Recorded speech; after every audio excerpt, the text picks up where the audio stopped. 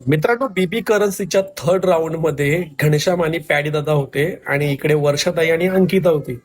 Task खूप छान खेळला गेला असता, परंतु मागून डीपी दादाने घनश्यामला काहीतरी बोलला आणि म्हणजे काहीतरी तोडून टाक फोडून टाक आणि घनश्याम साला बावलट त्या निक्कीच्या सानिध्यात राहून तो बावलट झालाय. म्हणजे पुढारी फक्त नावाला, याला अक्कल बिलकुल नाहीये.